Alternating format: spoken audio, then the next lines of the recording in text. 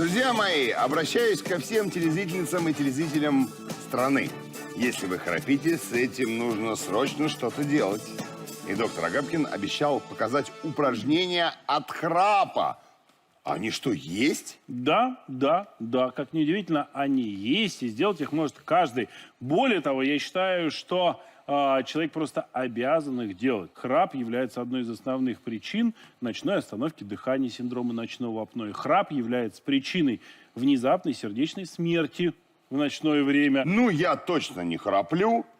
Ну, я так думаю. Не знаю, спрошу сегодня у супруги. А храпит ли прекрасный актер, мой коллега Вячеслав Гришечкин? Узнаем прямо у него. Ведь он с нами на связи. Слава! Доброе утро! Доброе утро, господа. Рад вас видеть живыми, здоровыми, тем более в такое январское прекрасное утро. Несмотря на то, что идет снег, бушует ветер, но это не важно. Слава, такой вопрос. Храпишь ли ты? Миша, я слышал обрывки твоей финальной части. Спрошу у супруги. Я могу спросить только сейчас у своей собаки, храплю я или нет. Вряд ли она мне что-нибудь вразумительное скажет. Ну, наверное, похрапываю, посапываю. Какие же упражнения есть от храпа? Ну, на самом деле, упражнение, по сути, одно. Значит, наша задача упереться языком в верхние зубы и плоскостью языка упереться в твердое небо. И Так, получилось. на выдохе попытаться толкнуть язык вперед и вверх. То есть как будто мы пытаемся, как домкратом, языком разжать челюсть.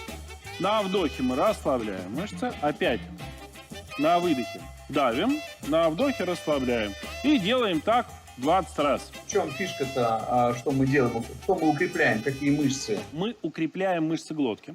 Дело в том, что когда мы говорим про храп и про ночное апноэ, то у нас происходит, по сути, ну его почему называют еще обструктивным? Потому что происходит соприкосновение, обвал сразу нескольких структур. Это задняя стенка глотки, верхнее мягкое небо и корень языка. Да, язычок так называемый. Да. И вот три этих структуры, по сути, обваливаются и закрывают глотку, из-за чего возникает закупорка дыхательных путей. Соответственно, когда мы начинаем вот эту тренировку, мы, безусловно, ничего не можем сделать с корнем языка, но при этом мышцы глотки мы можем привести в тонус, и в результате закупорить вот этот проход будет очень проблематично. То есть там получится дополнительное место. Прошли новогодние праздники. Какие планы на этот год? Планов громадье.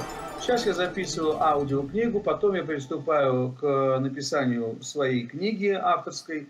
И у меня студенты, у меня сессии, я весь в работе. И я привык уже к онлайну. Славочка, спасибо тебе огромное, что ты провел это утро с нами. Мы делали упражнения от храпа вместе с Вячеславом Гришечкиным.